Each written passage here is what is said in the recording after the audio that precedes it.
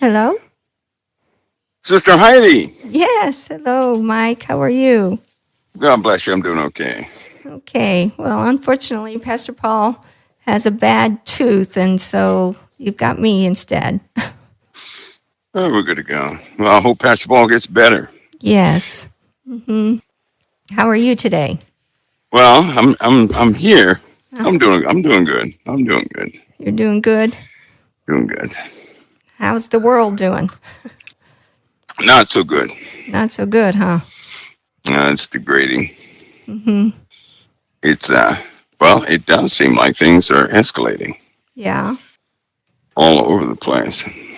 Well, where do you want to start? Anywhere you want to start. Okay. Did you find the 5 questions? I think I did. I took a glance over those. I Okay. did. Okay. I did. Well, you want to start in the Mideast? Well, we can go to the Mideast right now. Okay. I know that Israel is really in a fight, and it's starting to escalate beyond the boundaries of Israel naturally. And another U.S. fighter was engaged. That makes number 4 in the Middle East. So as you can see, this is escalating beyond the borders of Israel naturally. Mm-hmm. We're going to have, if the escalation trend continues, we'll likely have greater deployments coming up, and which is not at a good time because we still have domestic issues within the USA. Mm-hmm. What's coming up within this country is going to put a strain on our forces, big time in the Middle East. It's not going to be an easy transition. Israel has of course, they're always in the fight for their lives, but you have these allied countries who are making their moves. They continue to probe. They're starting to, they're really hitting Israel on every side, and they're going to continue to do so until, they can absolutely coordinate, take around. One of the issues I see is the alliance in the Middle East against Israel has grown big time. It's really expanded.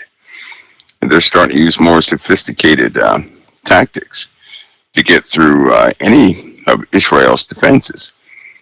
And of course, they're gonna continue to do this until the hope for them is that somehow they can start what they want to start prior to Trump's inauguration. They don't want him in office. They do not. Mm-hmm. They don't want him in office, and that problem this time is within the USA too. Mm-hmm. So that's going to be an ongoing issue that will eventually spread beyond the Middle East into other countries. Yeah. So, what do you mean by the 4th fighter, U.S. fighter? We've had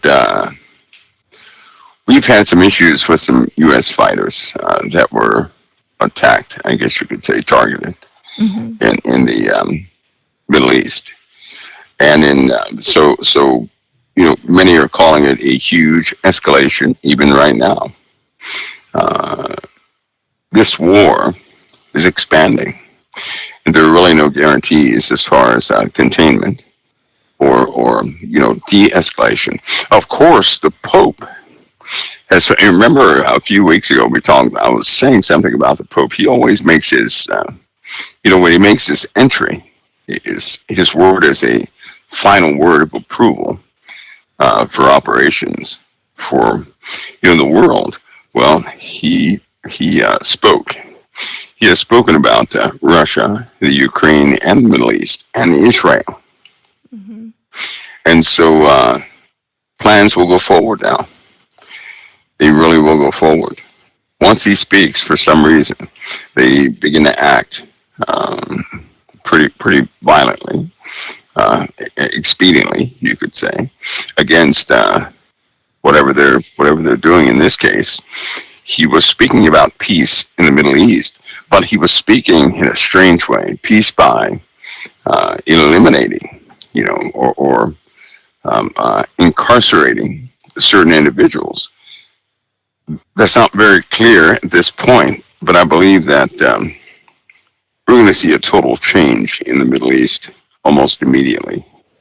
And so I would expect large-scale escalations in several areas. So I hope everybody is ready, because it's not an easy thing to see. Mm-hmm. Yeah, I know they keep going with the ballistic missiles from Yemen. So it's like, how many times can they keep doing that? Right. And then, of course, I believe they're having naval rearrangements. The bigger missiles and munitions will likely be used, I'd say, probably at the new year, at the mark of the new year. We'll see a different type of tactic being used. Israel won't continue to hit miss, so to speak, the small scale operations. They have determined they want to end the hostilities. In order to do that, that takes a really large bombardment of whatever their targets are. In this case, Iran directly, and that's going to really open up a hornet's nest. It's not going to be as easy as people think, and I do believe some of that Middle Eastern action is tied to some of the what people are observing throughout the U.S. And not necessarily the drone situation, because that's a very confusing situation. That's a combination of things people are saying. I think that most people are just taking notice of the skies a bit more than usual due to the Pentagon and Congress, of course, and their latest hearings, right? People are starting to pay attention. If you go back and look at some of the sightings that were taking place in the skies, they've always been like that. It's just that people don't look up. Now they're starting to look up, and they're beginning to notice what they can't identify. So, but it's always been like that. We may have small escalations, and people are starting to track down some very weird things. And there are groups that operate such things within the USA. Well, actually abroad. And this is a rumor. In about 30 days, it is said that two of the speakers for some of these groups are coming forward to inform the public of what they've been doing for the last 28 years.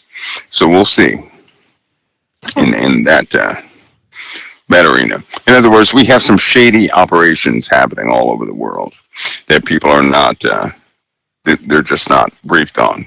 They don't know about. And they are part of a power structure within a power structure. For example, when ex-military personnel get out of special ops or something like that, normally they do not transition into civilian life just without connections.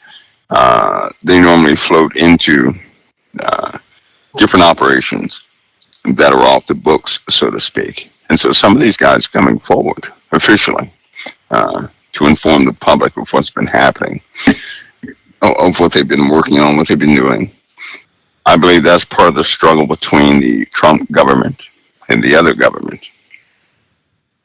So things like that will also be taking place, which is not good at wartime. The Middle Eastern factions will take full advantage of any American divide and divisions among the people. They will.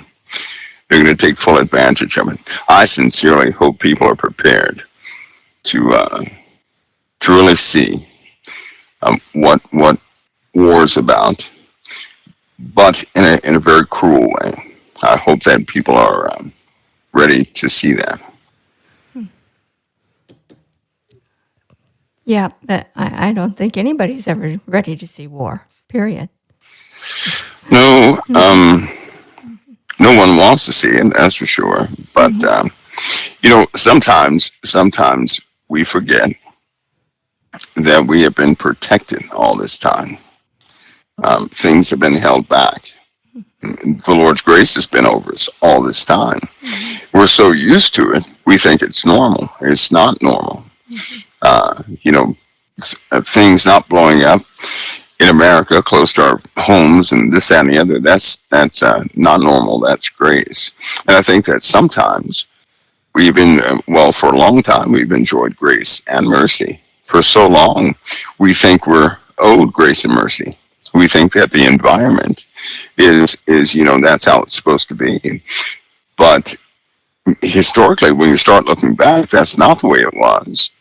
And many things have been held back. Many things. We're just extremely blessed to have not, literally been set on fire yet.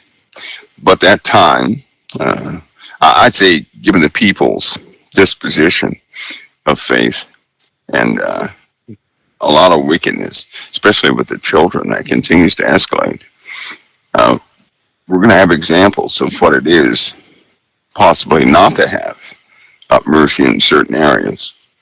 People will begin to endure what they thought they would not, because the Lord has been kind and merciful, but He will not. This evil, some of these hidden evils that people have become so accustomed to, used to, where they can't see it. He won't suffer that always, and we're going to begin to see that. It seems to come in cycles. This is going to be one of the larger ones. Mm-hmm. We've had world wars, and it's gone to other lands, and it's devastated countries. America's been blessed, severely blessed. But even the elections give us a gleam into the some of the less resolvent nature of Americans. We have a divided community, you could say, and we have a lot of immoral activities taking place in this country, more than usual. Mm-hmm. And it comes with a consequence. And so we'll see a part of that. Normally repentance follows, and people begin to really take inventory of how good they really had it. Then they begin to see, what they took for granted. But this entitlement mentality that we so quickly adopt as though we're due, peaceful day after peaceful day. And we almost seem like we're owed that without thinking about the Most High. And that's an issue, because that's spreading, and it's really affecting how we go forward as a nation. Somewhat obvious, but yeah. So these escalations will no doubt reach our shores. No doubt they're going to reach our shores. Mm-hmm. Yeah. So the drone situations, my thought, just Heidi's thought, for whatever good that is, was that, of course, drones can see overhead, so they can see if there's any camps that shouldn't be there, whichever, whether they're terrorist camps or whether they're domestic terrorists going on, either way. So that can be surveillance that way. But also, they could also be sniffing out any nukes or any other kind of chemicals. So that's just my thoughts on that. Mm-hmm. Well, yeah, if you think back to 2007, and they were talking about a drone highway. Mm-hmm. Do you remember that? When NASA was building a drone highway in the FAA, in combination with NASA, mm-hmm. we're building that drone highway. This is when most of your, Amazon and Google and all these guys, they said we're going to have drones up in 5 years, delivering this, that, and the other.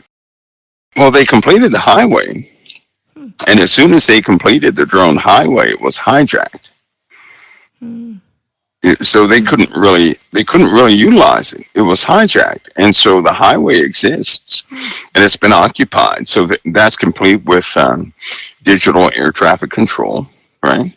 All vectoring for altitudes, for the drones is done. In essence, you launch a drone, and then the highway itself will instruct the drone where to go. That's how that works. It's not like anybody controls it. The highway controls it. It'd be like somebody jumping in a car and they get on the highway and they take their hands off the steering wheel. The destination is going to be worked out by the highway. So essentially, you have a computer system directing traffic up there. Now, it's been busy since 2000 and I believe 15. Very busy since 2015, but people don't look up. And the USA, one piece of technology that the USA has had for a while, it is well, it's not known. So I can speak about it because it doesn't exist. It's called an observation platform.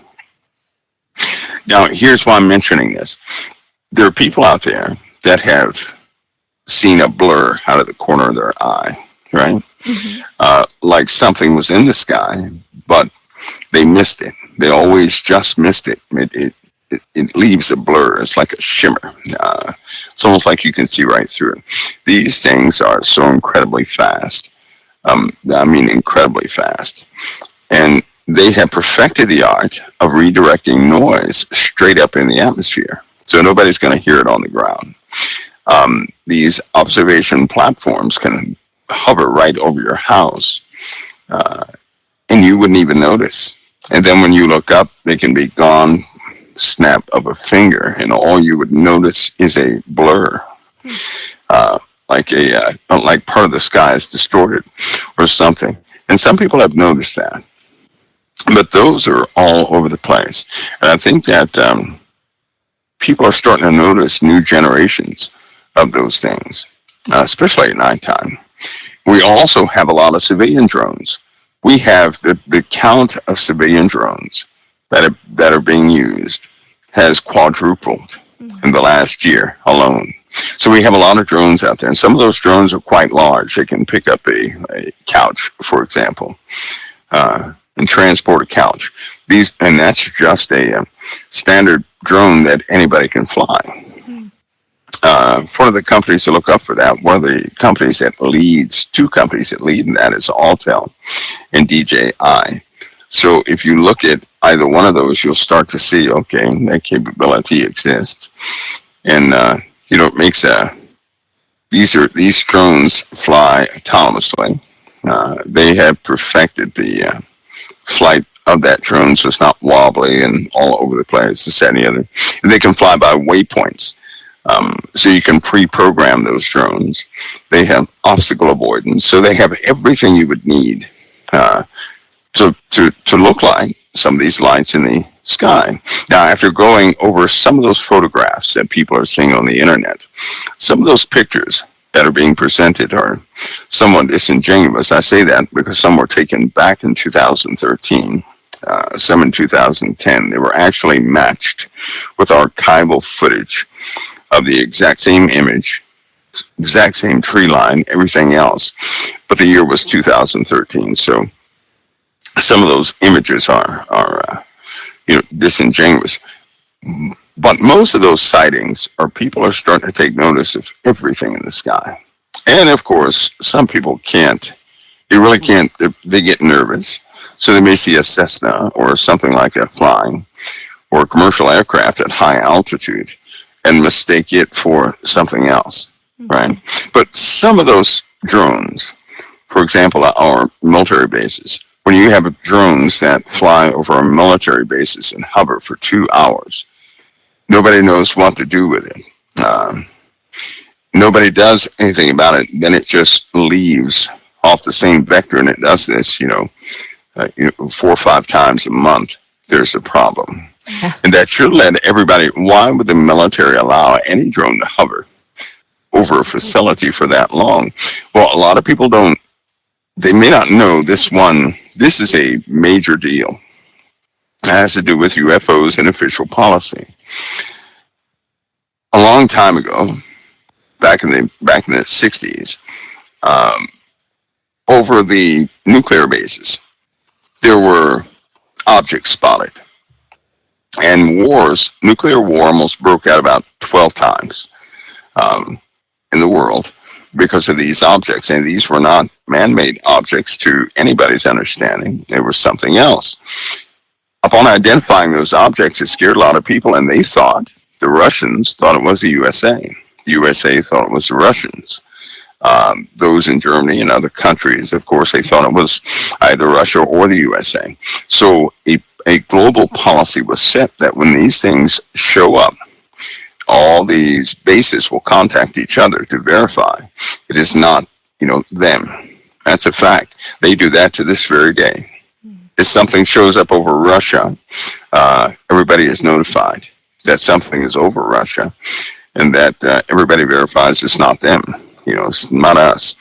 They did this because these objects would appear, turn off the equipment, retarget the or give new targeting instructions to some of those analog computers, so on and so forth. Make the missiles inert, shut them down, start them up, do all sorts of things, and it almost started a war. More than a few times, about a little over a dozen times, and so that's an ongoing policy in quite a few areas. That's why a drone can hover over a base and they won't do anything, because if they can't identify it, they don't want to attack, because anything that can breach our airspace, with impunity, you don't really want to attack that.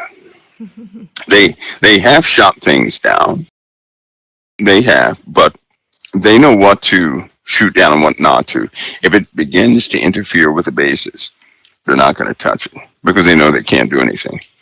Anything they attempt to do is going to be, it's almost like anything they anticipate doing is shut down right before they do it. They found this on aerial engagements. They found this in nuclear facilities. So they can't do anything about that. You really don't want to disclose that, because that means you have no air superiority, and people would get nervous. Can you imagine if anybody announced that we can't do anything about those craft? Yeah. That would not be good. So the best thing they can do is give no answer. If they give no answer, right, then everybody, yes, they come up with narratives and they get frustrated, but they're not frightened to pieces. They're not scared to death, right? They still think that nations have air superiority, but we don't, when it comes to those things. But they will never admit that. They'll leave it in the gray area every single time, all the time. And it looks like more explanations will come forward concerning that. Not full explanations, that will never come. But they will, chip away and test the reaction of people through social media to see, what the real reaction of people will be. That will continue. That will continue. Mm-hmm. Yeah, sign up. Yeah, absolutely. Mm-hmm. So, that will also increase. Since the New Jersey sightings, I believe one of the numbers said it increased already about 120% globally. So it'll continue to increase globally. The difference is there have been, for example, was November, over 1,000 people were witness to, one sighting of something that everybody was estimating to at least be 2,000 feet in length. Things like that. Some people were on a overpass or a highway or bridge or something like that, and some saw it from above and some saw it from beneath. They're becoming quite visible these days, and there are the personal encounters and the radioactive signatures left. When they leave, people are starting to see these things. We or America, or special access programs, they develop things like that all the time. The guy at Northrop Grumman, he made a comment a few times historically. He said that, first of all, he was motivated by a triangle he saw when he was young. Mm-hmm. He saw a triangle when he was young. So we're talking about back in the 20s and 30s. And then some before him had actually sketched out the triangle with the three lights. And that was back in the 1800s. Now that's ironic, because they had triangle aircraft flying in the USA with in other countries, obviously, with 3 lights and 1 red light in the center back in the 1800s. You start looking back in the 1700s, you get the same report. You keep going back and the same reports. So some craft have been persistent throughout time. They've seen these things. But these guys who started these companies were motivated by these very things. And one of the individuals who was head of Northrop Grumman said that whatever you've seen in Star Trek, he said they've already built it and achieved it, and they're able to do it. But it's, those things have been involved. So they've been quite busy, developing things. Anti-gravity, things like that. Anti-gravity is not a mysterious thing. It's more misunderstood than anything else. It's just that people are not taught full sciences, right? Because science is just not, it's almost like they teach limitations so that a person can never get their mind past a certain point of exploration. But, it's misunderstood more than anything else. They've already achieved that several times over and utilize it. So to them, it's not this big deal. To everybody else, it is, because they can't, they're not given the academics to study and achieve it. They're always thrown off. They can't get things patented. That's a big deal. And, it stops there. But it's not, it's not what you would think it is. It's not a complicated process. It's kind of like combustion.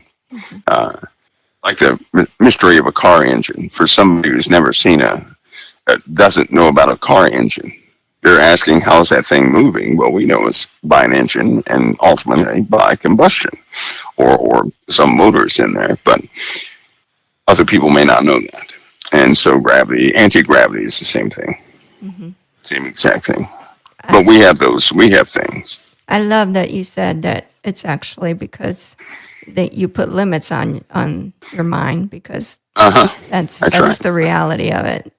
That's right. We shouldn't be teaching our children to stop their curiosity. And they do kill the imagination, don't they? You have problem children. I would consider myself a problem child. So as I went through high school and got to college, I question it too much, right, to the point of aggravation of professors. But it's just that I couldn't accept what I was seeing or hearing. The limitations that I saw were blatant.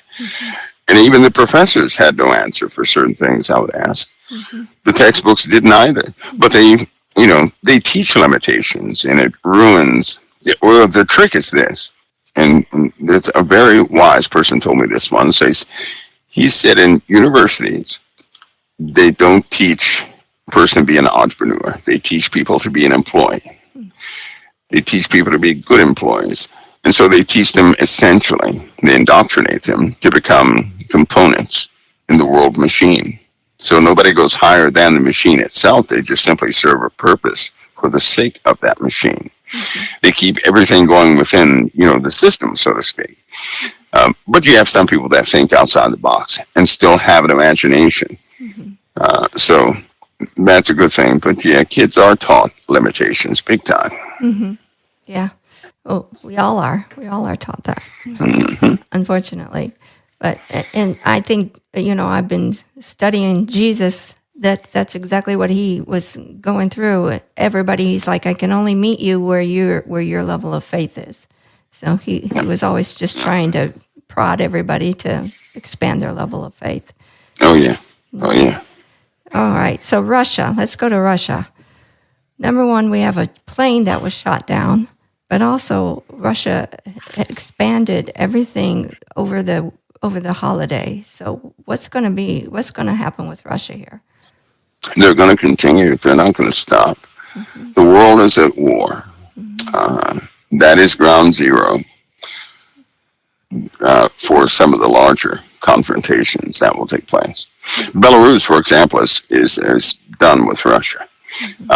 They're giving warnings. The Pope has given warnings Again, that was yesterday and the day before yesterday concerning the escalations. Too much death is involved, and Russia hit Ukraine hard, very hard. Mm-hmm. But if you notice, when the Ukraine war started, people must remember when the Ukraine war started, they evacuated. You remember they evacuated everybody from the Ukraine. Mm-hmm. And then what did they do? They cut off the borders. And they kept certain personnel in Ukraine. They could not escape Ukraine because they cut them off. And then you had an influx of soldiers from certain, unnamed countries pouring into the Ukraine to fight. So they pulled a fast one. What happened? We had troops in theater in Europe and everywhere else, and the people were coming from Europe going into the Ukraine. Of course, there are lots of Russia picks up evidence every single day from U.S. military operators in the Ukraine, which is not good. So he already knows this is not this is not a fight for the Ukraine or Kiev or Crimea, but this is a war against NATO. He already knows that. He's not going to stop his pursuit of what he thinks is freedom. Right? Because he thinks we are encroaching upon his country. And if we get a foothold in the Ukraine, for example, in that strategic location, he's going to lose control of his own country. He's not going to do that. Of course, the Ukraine was lost during the Chernobyl incident that broke the nation. And of course, everything fell apart since then. Was dismantled. We'll say the Russia was dismantled and given a new identity. And then NATO has lied to Russia at every turn, so they can't trust NATO. They can't trust. They can't trust anybody outside of themselves. Every promise that NATO made Russia, he found out it was a ploy. It was a lie. Nobody fulfilled their promises. They could have had peace with Russia, but the problem was every time they promised, for example, freedoms of certain locations, that they would not take further ground, that NATO would not take further ground and set up shop in certain areas, they reneged. Not more than a year later, they reneged. They went back on the deal. They tried to renegotiate the terms of the deal, but Russia remembered the first deal, and they said, no, you can't do that. And so Russia was just simply not going to be pushed over like other countries were. When this happened, it caused a great rift in relationships and trust between NATO and Russia. And the hostilities we see now are in part because of that. So he's not going to stop. He will continue to fight until NATO holds no ground anywhere near that area. He will continue. And one of the big issues I see is this. There are many Islamic forces that are in Russian uniform right now. There are lots of Syrian fighters. Now, the fighters in Syria were coming from Iran to fight in Syria. They were ultimately transferred to Russia. Russia is full of Iranian soldiers right now. Right now, they're fighting every day. They're being trained every day. Now, while the USA is benefiting from not fighting our standard forces in combat right now, Russia is rotating. They're doing combat rotations of different nations. They're troops from different nations. They are actively training forces, and they have been doing this for some time. So we have the world outside of the USA they're being battle hardened by conflict. And you know what that means? They're going to get stronger and stronger and stronger and get rid of the weaknesses. And they're going to get stronger while we are wholly dependent upon technology and certain tactics we believe, work because of that technology. That is not That's not a good tactic going forward for anybody. Because if we don't have proper combat training, then the stress factor is going to demean operations. If anything, when it breaks out on a larger scale, and we're going to, there's a price to be paid, a painful price to be paid always for any military who does that. In a time of wartime escalations, training is invaluable. We're not training like we should. We don't rotate people into active situations enough. And so you have the hardened military we used to have simply is not there. And what that means is they're not going to be able to fight long. Battle fatigue will settle in very quickly. And that's not going to be good. Our resolve is going to die while the other armies are used to rotating for 2 years at a time. I find that interesting because so apparently it's not about religion with him because he is a Russian Orthodox, if I'm correct, and he's all about Mother Russia. So and he would, in my opinion, he doesn't like Islam, but he's using them as a fighting force. Correct? Yes, he is. Yes, he is. Lots of them. And that's a problem. That's a problem. Because I guess my worry is Islamic radicals seem to do the same thing in the end. They'll build up in forces and they will go rogue in a heartbeat. They're going to go rogue in a heartbeat. Now, they're in the area, Sister Heidi, where the nuclear weapons are. They're in that area. And some of the commanders are Islamic that are over those air defense and offensive air batteries. So if that's going to be compromised at some point, and they're not going to hesitate to fulfill their faith obligations, which is to burn the West. Whether people know it or not, the USA must be on fire for them to properly take down Israel. They already know that. They already know they can't take out Israel so long as we still exist. So in their hadith, we must be burning. We must be on fire. At the same time, Israel is on fire. Well, the only way they can achieve that, well, they can do it in a couple of ways. And they're probing right now with our nuclear facilities. They tried with power, but the yield just wouldn't be enough. They've tried with telephones to confuse communication, but we do have lots of redundancies with communication. They've tried with certain people planted in banking in the markets and this, that, and the other to cause that type of confusion. We recovered too quickly. So now there's been an increase in probing or let's say found tampering of nuclear facilities. That's just not good. We have radioactive materials that are missing. The nature of nuclear material and how it can be encased without detection, that's been different too for about a year now. That means somebody can have a nuclear fissile material and encase it in a way that it cannot be detected, right? So it just can't be detected. Well, having that in mind, we know that unauthorized personnel have been captured in quite a few nuclear facilities, and it keeps happening. Just like those people that were flying drones around transformers attempting to cipher part of the power network. They weren't trying to blow up the transformer. They were trying to steal information from the data that would go through the transformer through those transmission lines. And we have that type of escalation. So at some point, we likely will entertain some type of meltdown in the USA. And of course, most of our facilities and most of our oil refineries and most of our gas operations are centralized right up the middle of the USA.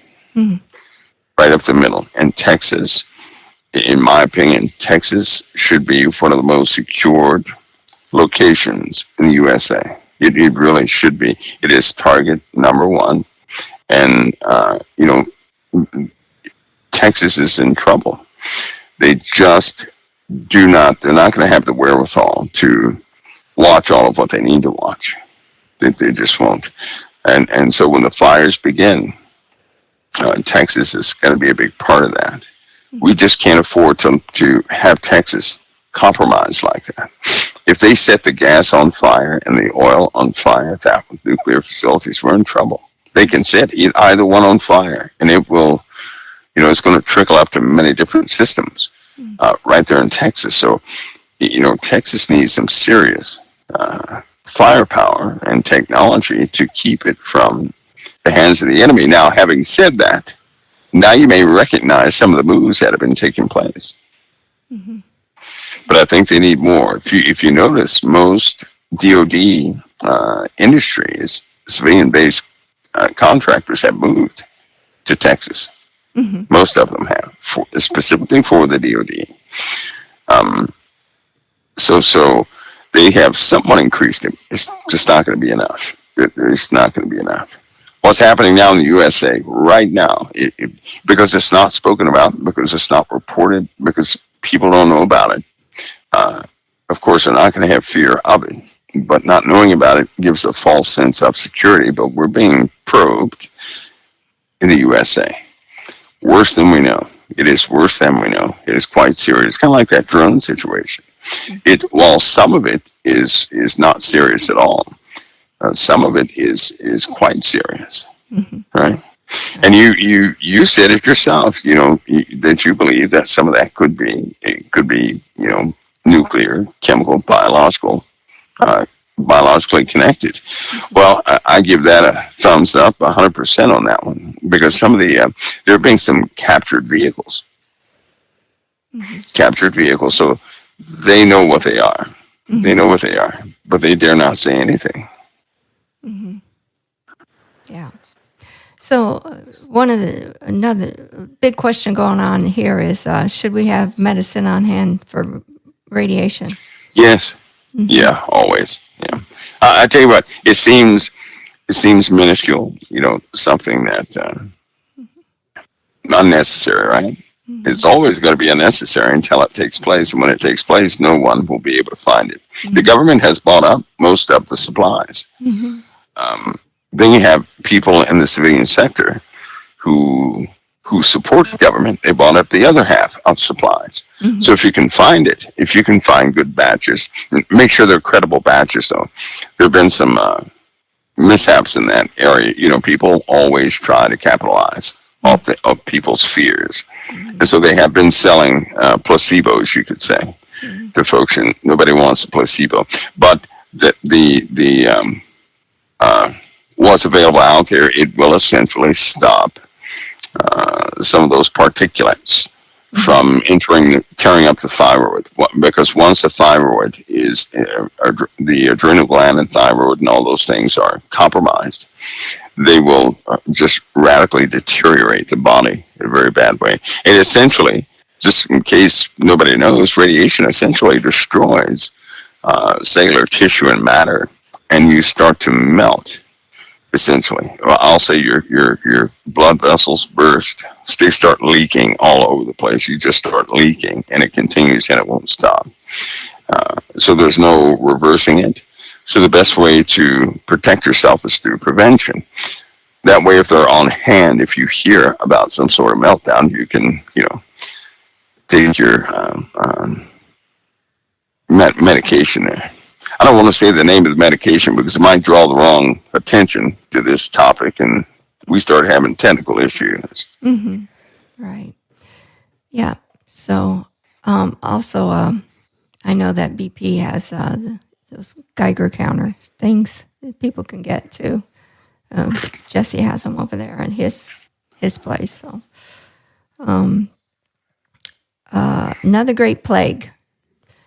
We're already hearing about California locking down. What do you think? He's in trouble, right? Didn't he? Didn't California somehow lose? It's up in the trillions now, I believe. Oh boy, it's a bad situation forming with California. Let's just say that California is becoming unraveled, and The accounting books are being opened. I'll tell you something. War is coming. A different type war, right? Um, it seems that the book of secrets is going to be let out, and when it does, there's going to be some problems because, for example, Elon has already found waste in excess of trillions already. In excess of trillions. Now here's the benefit of that. And you remember the student loans that were forgiven? Well, they weren't forgiven, and now people owe that money back. Oh my, not good, not good. So Supreme Court shot that down. Why? Because we have an absolute institutional change taking place. And when people find out what has actually happened, they're not going to be happy. Anyway, I think that sometimes people jump the gun on certain things, I'll say. And it just so happens that came out at the same time the books were turned over. When something like that happens, it's very difficult to trust the authenticity of what they're calling for. Is the timing is too perfect, right? So at the same time, this missing money was that topic was brought up. All of a sudden, and the fear of mandates comes back, and mandatory this and that, and investigations of another type. It's almost like all investigation and assets have been redirected in the disease area, not the financial area, right? And so, but we'll see. That's very interesting. It is. Good to know. Good to know. And unfortunately, we can't talk about situations, so we can't go deeper there. Right. So climate, the climate has been crazy. California had waves. Hawaii had waves. We keep having atmospheric rivers out of the Pacific Northwest. Somebody told me Australia's on fire. So what's going on? Oh, this is the part that this is my grief. This part grieves me. The weather is grieving. If people can't see it by now, something is different, and it has been for at least 5 years, longer than that, but essentially the 5 years we've been enduring this weather has been just drastic changes. Escalation after escalation, increase. The trends are increasing, the winds are breaking all records, temperatures breaking records, storms breaking records, floods breaking records, right? Everything weather-related breaking records. And it's been increasing mathematically, right? It's been increasing mathematically year by year. So it's easy to see that 2025 is going to be devastating. I'll go ahead and say it. It'll be devastating as far as conditions are concerned. I don't like heat. The heat is coming. Nobody can do anything about that. Nobody can. It's already been identified what's causing the heat. That's been identified for some time now. It's pitiful they continue to use the narrative for the sake of the system and navigating people's minds in certain areas with climate change, because we're not talking about something isolated to Earth. It's not like, and they know for a fact climate change, all of what we're seeing in the climate is due to the changes in the sun. And the changes in the sun should be the question. What's causing the sun to change? They won't bring that up. Have you noticed? They will not bring that up.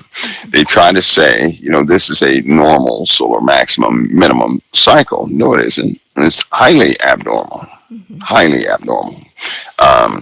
Something is affecting our sun in a very big way. It's reflecting in the activity of the sun, the chemistry of the sun changing, thus changing our circumstances here on this earth. And they're going to continue to escalate. So we're at a critical junction, though. is what I want to mention. Everybody should remember back in the 90s when they said, hey, if if our temperature increases at 1.5 degrees, you remember that? Mm-hmm. They were saying everybody's in trouble. It's kind of like when they said, if Russia, in 30 more days, Russia's going to have a breakthrough, or Russia's going to, they're going to have nuclear weapons. Well, they've been saying that since 1998, right? Right. And you mean to tell me they still don't have nuclear weapons? Sometimes we hear, we don't, but we don't hear, right? We hear and don't hear. The weather is the same way. They continue to say every single year that if we go, they stop saying it, by the way. You don't hear anybody saying if we go up another 1.2 degrees, we're in trouble. You don't hear anybody saying that because we've gone up 1.2 degrees 4 times already. 4 times. And the every meteorologist out there is under pressure. Can you tell? Because when they start reporting the weather, they are extremely careful to go only with what the model is saying. So if they don't have the model for it, the European or USA or East and West model, they're not going to use anything. They will not give their opinion of the weather. They will stay within the parameters of what the computer data is telling them. That should capture everybody's attention who was ever interested in weather. That they are afraid. Probably they'll lose their jobs, but they cannot speak outside of those given parameters. Why? Because we have weather that is off the scales. It is unnatural, and it also matches a time historically when other people had to go through the same thing. Of course, not this severe and not this fast. Our weather developmental changes have taken place in the last 5 years. Normally it takes 150 to 200, 300 years to achieve. Not this fast. They have doctored. They started keeping weather records some time ago, right? But they've doctored the records. The records cache from the 70s and the 80s do not match the records that they're referencing now. An amazing thing, huh? All this data has become digital. Nobody has access to books anymore. There are no encyclopedias of historical weather because it's digital. It can easily be changed, and they are utilizing that to the best of their own advantage. But the weather trends that we see, based on those trends, here's what we can look forward to. Of course, hurricanes come inland, right? The trending due to wind speeds and temperature shears will place hurricanes all the way to the Great Lakes this time. And instead of one actually having all the energy to make it that way, we're going to have the Gulf. The Gulf is going to be full of fuel, right? But the Gulf, if you notice this year, the heat expanded. It expanded beyond Florida, going into the Atlantic. And so now we're going to have a conveyor belt of fuel that will go to any storm. That's bottom side fuel. Top side fuel is going to fuel it even more. Through this, the added particulates in the upper atmosphere, this compression event is going to cause these storms to become much more violent. They won't, because storms right now do not need the altitude they used to.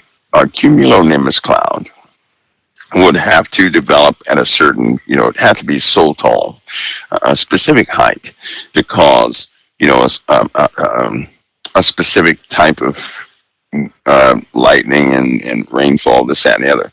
All that's been compressed because the ionosphere is now becoming dense for the first time in recorded history that we know of. Is becoming dense. So as more and more particulates continue to build up in the upper atmospheres, then you have friction. You actually have physical components for friction. Well, the friction is going to reveal the real temperature up there, which is 5,000 plus degrees.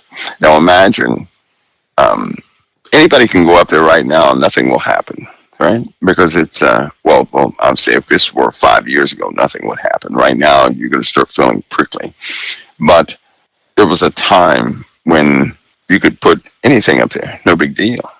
No big deal. Because there weren't enough particulates to transfer the energy from one object to another. Heat is transferred through matter, right? So without matter, you're not going to have a heat or cold transfer of anything. As these particulates continue to come in from outside our heliosphere, it's building up in the upper atmospheres, and that heat is building. It's going to get to the point where we're going to have a one big halo over the earth. So think of the sky in not too far in the future as a shimmering gold burning sky. That's very hot. That's what will happen when we hit a certain point of density in the upper atmospheres. It will seemingly ignite. And then we're going to be in real trouble until it can totally burn out. So that's a real thing. That's a very real thing. And we're approaching that. There are no time estimates on it. The process has already begun. It is ongoing. It is exponential, and it's not stopping. So weather will be, storms are going to be, I'd say about 2.5 times worse than what they were this time. We were so blessed. Elena was one of the biggest ones we had to deal with. And that caused, $50 billion in damage by itself. That was a lot. And people are still recovering from Elena. When it's all said and done, they said it will likely reach about $600 billion in damages. Insurance companies, however, more insurance companies have gone under from these storms. So the storms are causing financial woes. We have, in January, not to alarm anybody, but you have a lot of retail stores closing in January. Lots. There's a mandate. They're going to try and get rid of all their inventory. Just about everybody in the USA, because taxes are ridiculous for businesses, and you're going to be taxed on that inventory that you carry. So they're going to get rid of inventory, because who in the world would buy an item for the price of $10 wholesale, but then you get taxed $21 if you have it in your inventory? Of course you're going to sell it, and you're going to give it away if you can, but they're going to make something off of it. So look for prices to be slashed up to 75 to 80%, sometimes getting it at cost. That's going to happen. But a lot of retail stores are closing. The list is growing. And when you start seeing some of your lower income stores, like your dollar stores, right? Those hold the dollar store chain, they're closing all over the place. Yeah. All over the place. If you've ever heard of a store called, what is that store called? Big Lots. It is, all of it's part of the same system. Like on merchandise, you'll see a tag. Like if you buy something that's been rejuvenated, so to speak, it'll say sell at dollar stores only or something like that, right? That means that the item has been repurposed. Same item, but the contents may be expired or less potent or altered in some sort of way. Well, that was important for a lot of communities to be able to go and get cheaper items like that. But then the prices began to rival everybody else's. And now they're shutting down. At least 80% of dollar stores are going to be shut down by March of 2025. That's awful, right? So then you also have you have a retraction of some of these larger chains that were spreading around, right? And some of the smaller stores, like your Kroger's, like your Food Lions, like your all these different grocery stores, you're going to see a lot of those go out of business. They're going to be shut down too. So we have a consolidation of sales, the sales mechanics in America. Why? Because we have the new identification systems, the new purchasing systems, the new point of sale systems. All those systems are changed. And so whatever's out there now, everything you see out there now is antiquated. The barcode, right? The barcode technology, the software and the adaptability and everything, it's been highly perfected. They're going to go with that. They're going to go with since artificial intelligence is so efficient, we're going to be much like China. So that means you'll be seen everywhere all the time. for the rest of your days. And because of that, your access is going to be purely based on biometrics without flaws. So you won't need, you're not going to need certain stores, and you're not going to need the diversity as you once had. They're going to also consolidate products. So you have a lot of manufacturers going out of business. They're going to be repurposed into something else. So the variety is about to go away in a big way. That means, instead of buying 20, instead of having, 10 different types of Tide, you may have 2. Instead of saying, 10 different types of detergent, you may have 2, right? Fast food restaurants, for example, there are a lot, I think they said 50% of these fast food restaurants are going to be shut down by the 3rd month in 2025. Wow. Totally shut down. Yep. So there's going to be a consolidation of everything. Why? Because everything is changing, and it has to do with our atmosphere. It has to do with how they, take care of cattle and how they take care of the farms. They cannot do as they used to do. They just simply can't do that.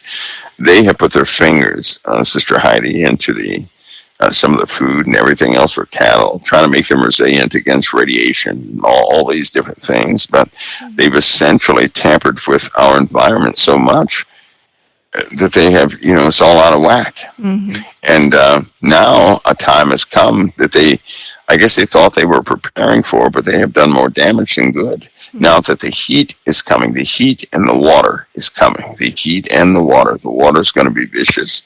So nobody should be surprised if they entertain a year of tsunamis.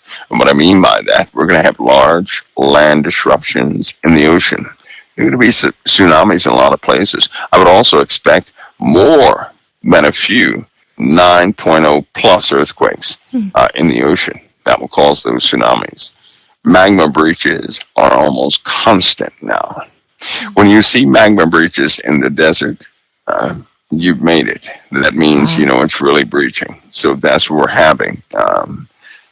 Africa is sad to say, a lot of people have been hurt in Africa due to, magma being on the move and fires bursting out of the earth. Sinkholes have come back. Just this week, there have been some pretty large sinkholes. One took a big, huge portion of a highway, and some other, property outside of that, but it was huge. That was taken. We all know about the floods that people have been enduring. Texas right now, this is December, and Texas has tornado warnings, Louisiana and all those places in Arkansas, and they're going to continue to have these Gulf-fed disastrous storms, but the water has taken its toll. And you'll begin to notice that these storms that are, 3, 4, 5, 7 inches of rain, they're going to just start devastating everything. Our infrastructure, the highways, right, the roads, you can't take that type of inundation over and over again. You can't do it. It will crumble at the seams. That means lots of landslides and land deformations. Not because of volcanism or anything, but land deformation simply because the contents underneath our feet is changing, right? It's being eroded.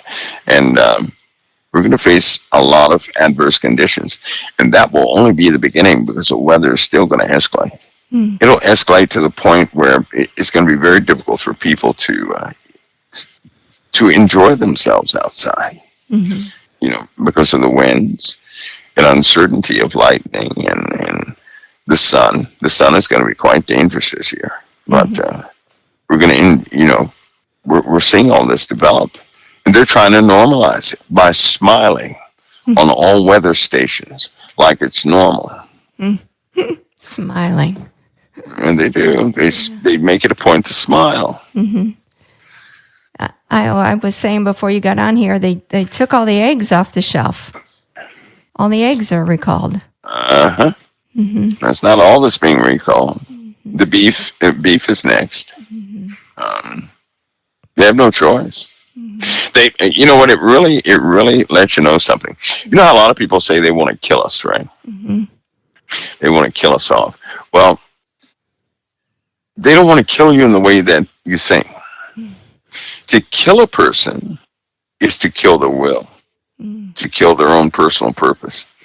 Uh, if you can cause a person to become essentially an automaton, that's what they want. They want a person to live their prescribed way of life, not a person's own way of life. In other words, they don't want a person uh, to live their life full of faith, full of these things, because it allows a person to discern what they're doing, and they hate discernment of people. They know people aren't dumb. They hate discernment, and so do you know there will be releases on this, by the way, and I'm going to, as soon as it comes out, I'm going to capture one and make sure you guys get it if you don't find it first. But there will be a release of a type of assault that's been upon the minds, the carnal minds of people, their natural minds of people, so they're not so creative. Because if you noticed, I'd say in the last 20 years, creativity has dropped down so low. Some of the artists that are out there, I can almost guarantee they're having an issue being creative.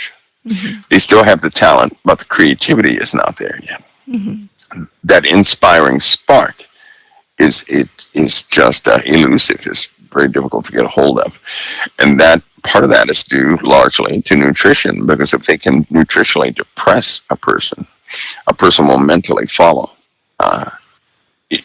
Unless now as a Christian, we're to learn, and it can be learned, to not live by the mandate of flesh, mm-hmm. right? But to command our flesh, to discipline our flesh is where it starts. But if people can't do that, if they don't have that ability, and that's only through Christ, they're prone to whatever the flesh is being subjected to, and given that, most people have a depressed nutritional values in their system. Most people, Americans especially, I believe it's 86% are dehydrated all the time. Now they absolutely control your water intake. The truth be told, nobody who has a lab at home that can examine the water they drink.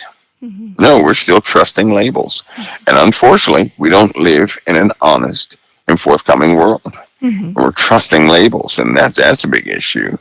Of course, we have Christ, so we can pray over things, and He can, whatever's meant for evil will be used for His, for the glory of the Lord, and for our sakes. But the world doesn't have that, and so they're absolutely controlling everything, causing people to not be creative, right? To be more prone to this routinistic lifestyle of their choosing, and people are finding comfort in pleasing the system.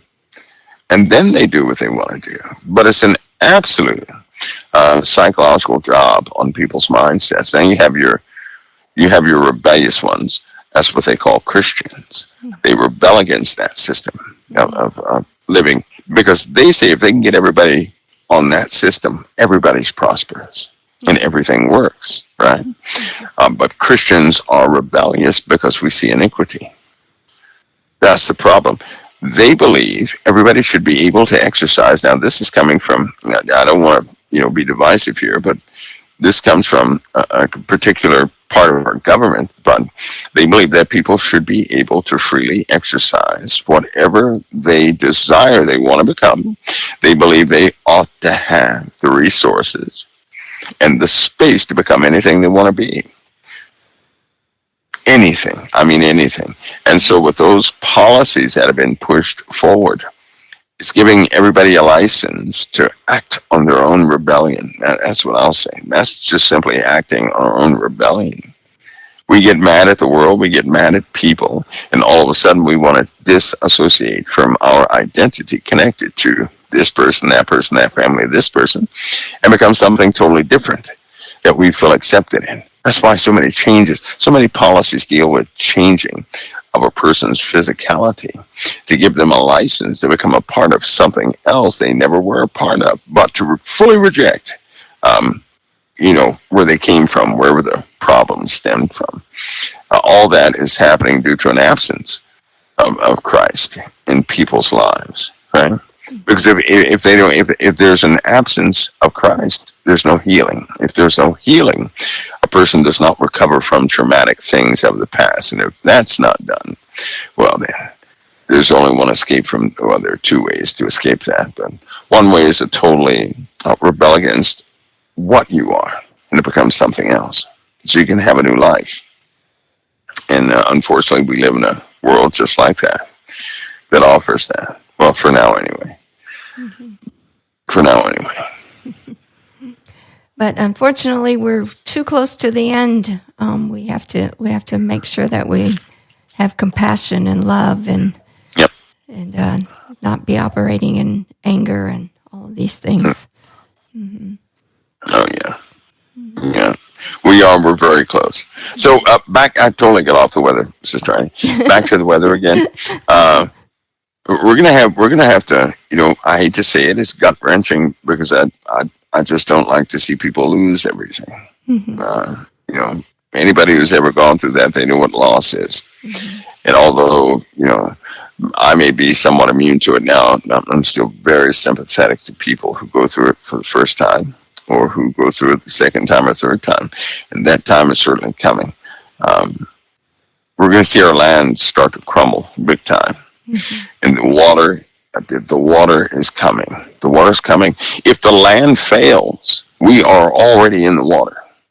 Right? Most of Earth is water. If the land fails, if the land erodes, we're already in the water. If in the oceans, if we have a sudden shift of land masses, and we will 1,000% have a sudden shift of land masses in the ocean, we're going to have a sudden rise of water on one side of the continent, followed by a dramatic decrease of the level of water on the other side. And it will level off, and that's going to take some time for it to level off. We're going to see that type of event.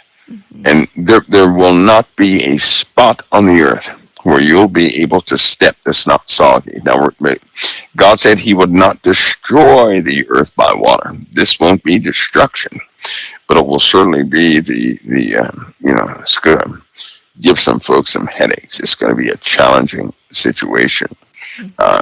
And when it happens the first time, that's when people will notice, this is possible. But that, based on the trends, it's going to be followed by nothing but dryness. And when I say nothing but dryness, I mean no rain whatsoever will fall. People are going to start to see the clouds totally dissipate.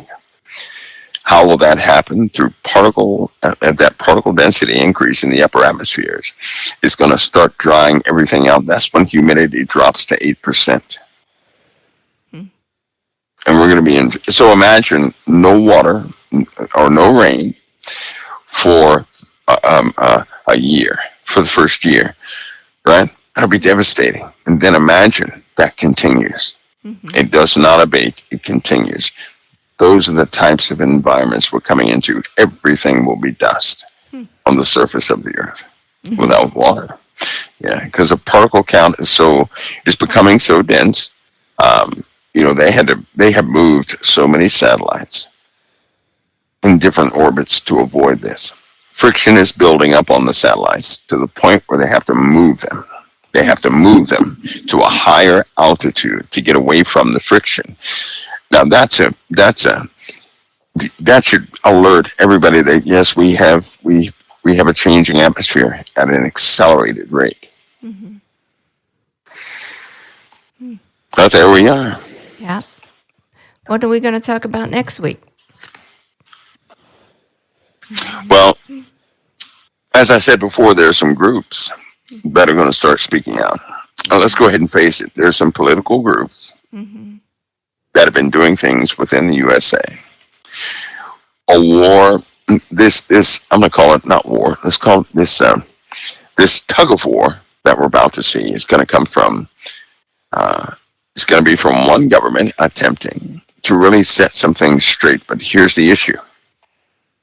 How do you stand in the middle of a beastly kingdom and set it straight? Hopefully everybody is mindful of this because we're not exactly in days of light. This world is extremely dark, and the systems produce dark things. You know how Jesus said, you'll know a tree by its fruit. If you look at the fruit of these governments, you'll see what they are. They're not holy. So you have an administration coming in, attempting right now at least to totally confront this darkness. Is what they're doing. It's going to be a war because Satan does not lose territory. He doesn't lose territory. So there's going to be some serious weird announcements, weird things, and it would. I get, I'm seeing it now. It would take a person just like Donald Trump to get that done because nobody else can make a statement. He's going to have to make statements that sound they're going to sound like me. That's absolutely ludicrous. And so he can't do, Trump is the guy to do that. Nobody else could do that because people say, what's wrong with him? Is he, what's wrong with him? But Trump's going to have to go there because people, for the first time, people will be confronted by certain manifestations and certain uncoverings of certain things. And it's not going to be some easy thing to handle. It won't be. So I think, he must be the guy appointed to stand up during this time. Must be. Must be. All right. Well, thank you so much for coming on tonight and helping me through this. Sister Heidi, it's an honor. Tell Pastor Paul, I hope he gets better. If he can hear me, I hope he gets better.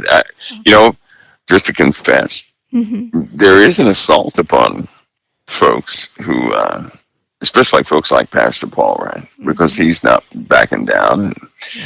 We know how Satan works. Yes. And he will attack physically, and God will allow challenges from time to time. But we always, the Lord is so good. Yes. Because we're operating by his timing, and nobody can take command of our Lord and Savior. He will determine how long our hours are, what our employment is, and when it's over. He determines that, not Satan or any other thing can determine that, only him. So that's a good thing to know. Amen. That's a good thing to know. So I hope he gets better, though. I'm praying for you guys, for your strength, and I guess we'll get ready for 2025. Yes. That sounds so strange. That doesn't sound real. That sounds fake. It really does sound fake. Yes. Okay. Quarter for the quarter. We're truly in the quarter now. Yeah. Well, Sister Heidi, God bless you. It's always an honor. Pastor Paul, God bless you too, and everybody out there. All right. God bless. Blessings to you. Thank you. All right. Bye-bye. Bye-bye.